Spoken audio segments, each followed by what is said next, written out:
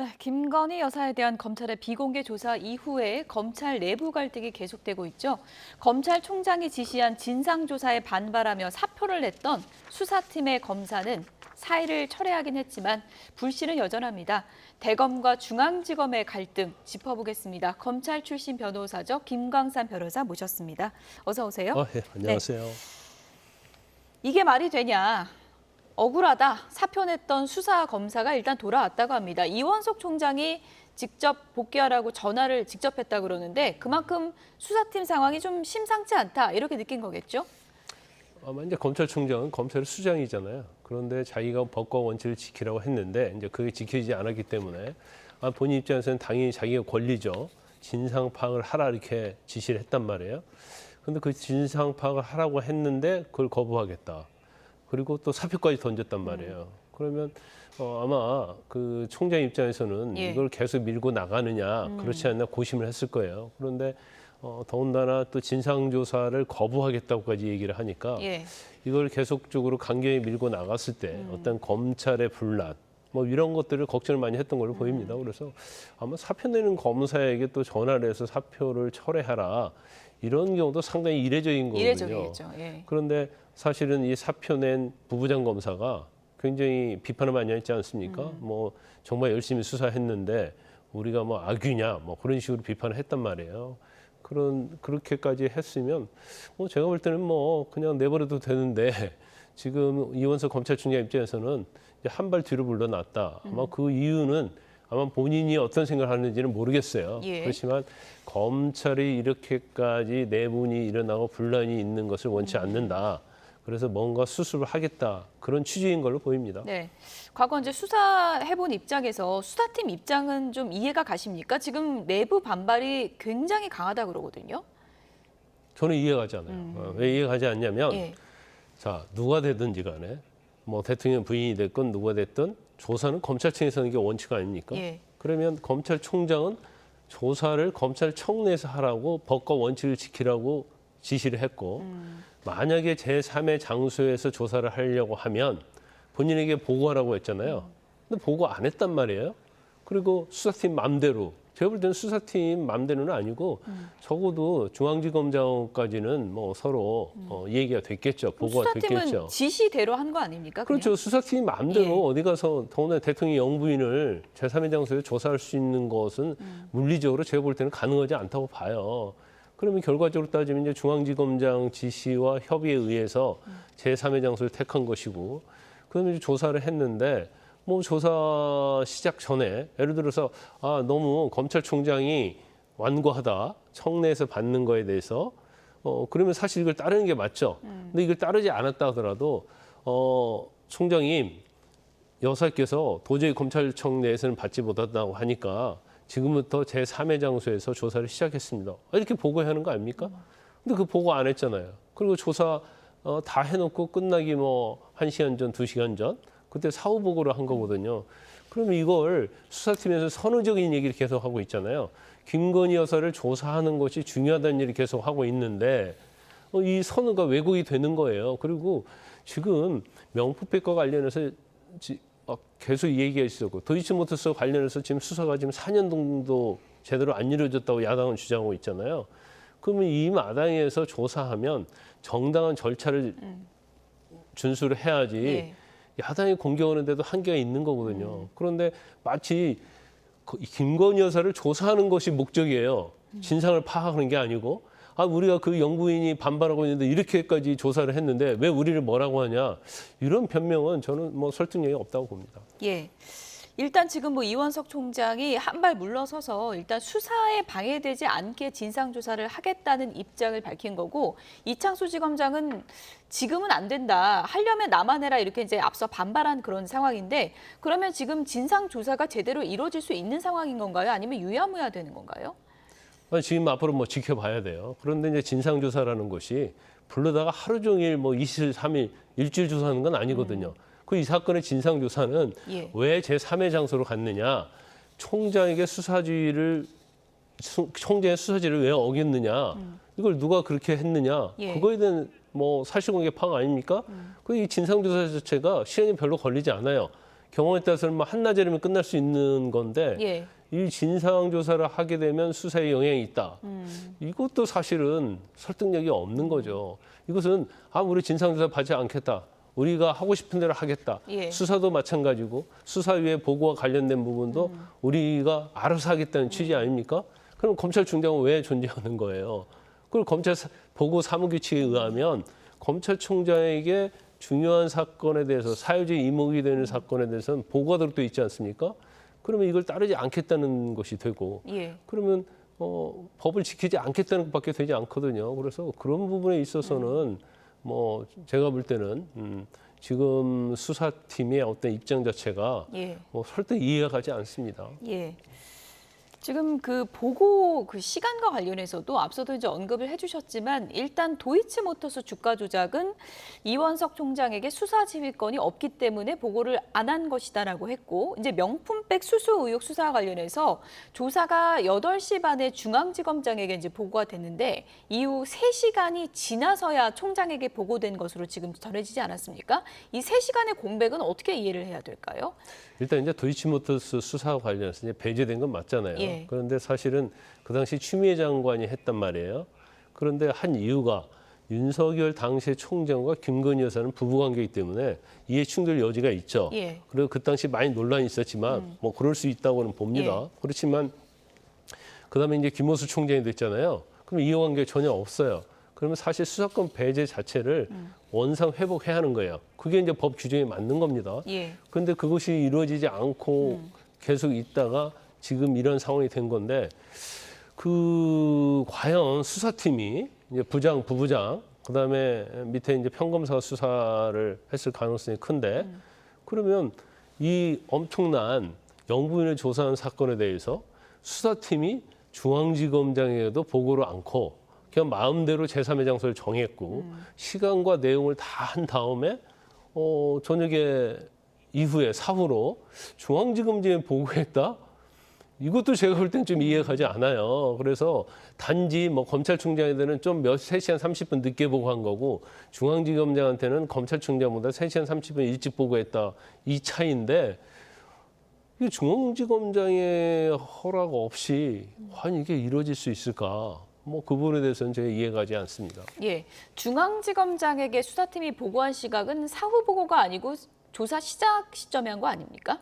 그래서 이제 그 보고 내용이 뭔지는 모르겠어요. 예. 이제 보고 내용이 우리가 도이치모터스에 대해서는 조사를 다 했고 명품백에 대해서는 지금 조사를 시작합니다라고 보고를 했는지 모르겠어요. 예. 그건. 그런데 보고 내용이 뭐였는지는 뭐 안 나타나고 있기 때문에 그 제3의 장소랄지 뭐 그거와 관련된 보고를 그때 했는지 예. 아니면 도이치모터스 주가 조작과 관련된 것은 조사가 끝났고 이제 명품백과 관련된 조사를 시작합니다라고 했는지는 모르겠어요. 왜냐하면 조사 시간을 보면 보고 시간을 보면 명품백 조사할 시간 정도 되거든요. 예. 그래서 그 부분은 어떤 내용을 보고했는지를 뭐 명확히 나온 게 없어서 뭘 보고했는지는 모르겠습니다. 만약에 수사팀이 조사 시작 시점에 이제 중앙지검장에게 보고는 한 거고 중앙지검장이 인지 이후에 총장에게 보고가 늦어진 거면 이번에 뭐 진상조사 이후에 뭐 징계 같은 게 내려지는 거예요? 어떻게 정리가 되는 거예요, 이게? 초선 이제 검찰 보고 사무규칙 네.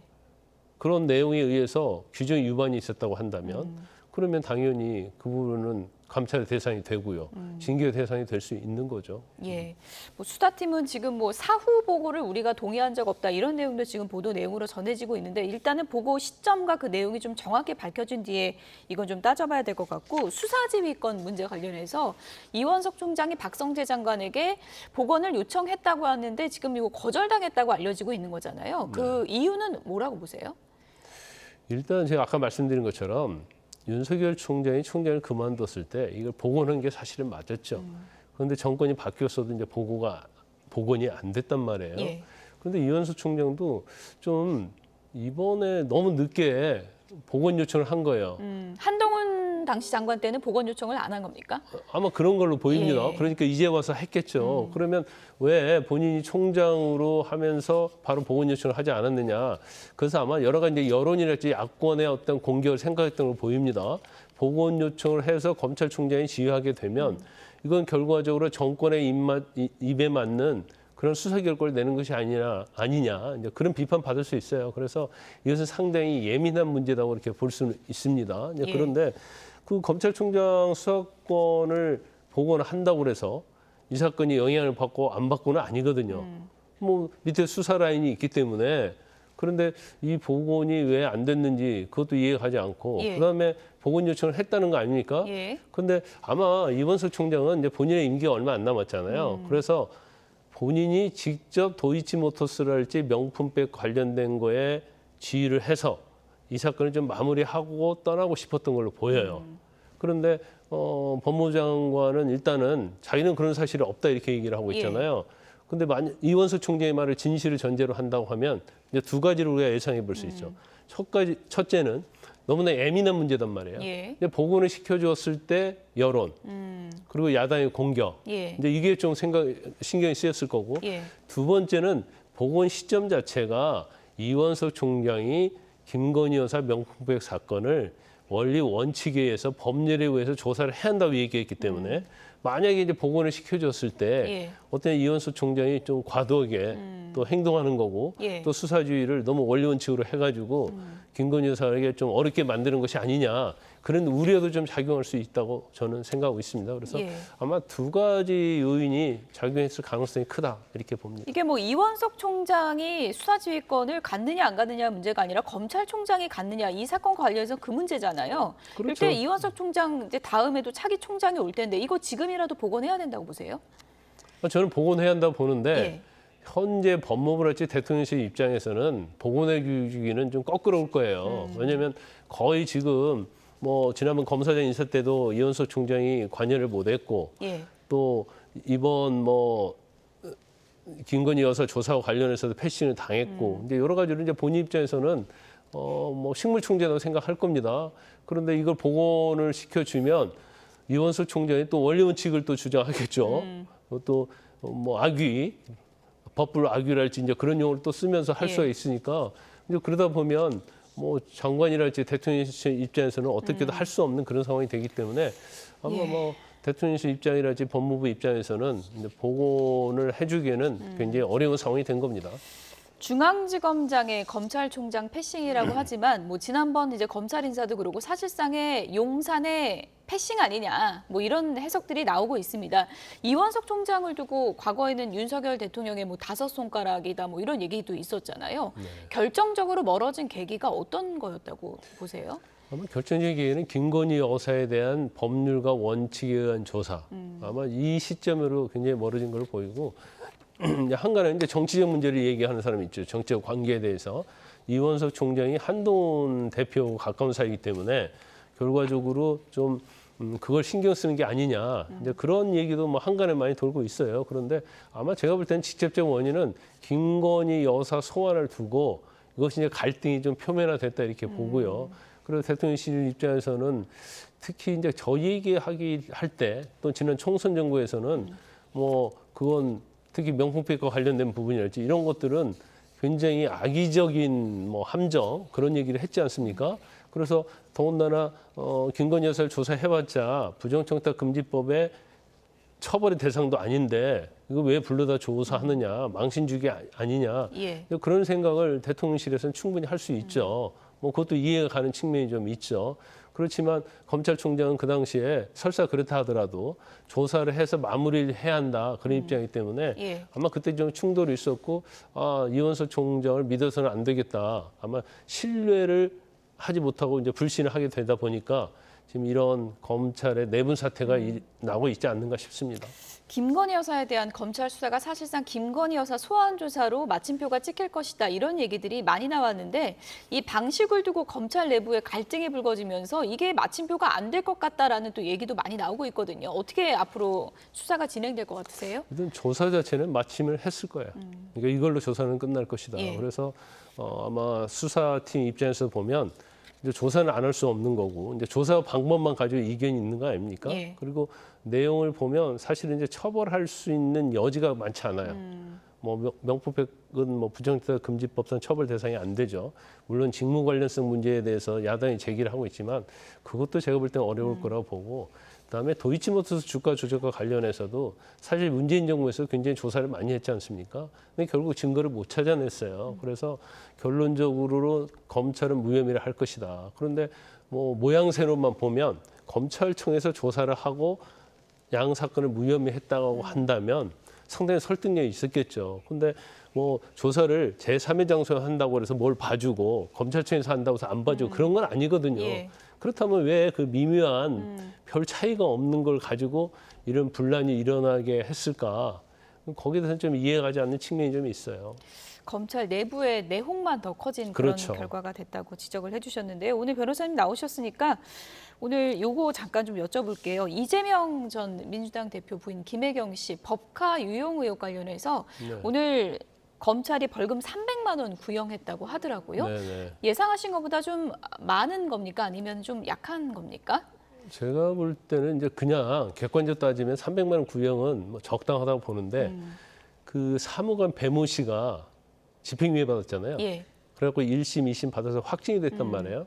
그러면 그거에 비하면 이제 300만 원 구형은 뭐 아주 비교가 안 될 정도로 적다 이렇게 볼 수가 있어요. 배모 씨와 비교를 해봤을 그렇죠, 때는. 그렇죠. 예. 그래서 아마 그 이유는 이제 직접 결재한 사람이 누구고 김혜경 씨가 제일 중요한 것은 이제 유죄무죄 판단할 때 그 사실에 대해 그러니까 뭐 식사값을 지불하도록 지시를 했느냐 알고 있었느냐 이제 그게 이 사건에 있어서 유죄무죄 쟁점이거든요. 예. 그래서 만약에 김혜경 씨가 지시를 했다고 한다면 사실은 이제 배모 씨가는 종범이 되는 거고 김혜경 씨가 주범이 되는 거거든요. 이제 그렇게 되면 이제 구형이 더 높아져야 하는데 제가 배모 씨에 대해서 구형을 얼마 했는지 기억이 좀 나지 않지만 배모 씨의 선고형 기준으로 본다고 한다면 예.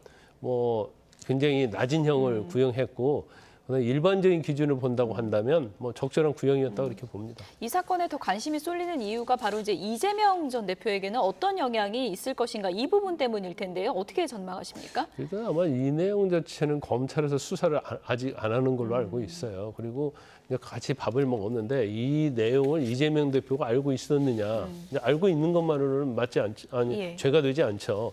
김혜경 여사에게 지시를 했다랄지 배모 씨랄지 경기도 공무원에게 지시를 했느냐 이런 문제인데 아마 제가 볼 때는 뭐 그러지 않았을 가능성이 크다는 거고 그 뭐 작은 세세원까지 다 얘기할 리가 없잖아요.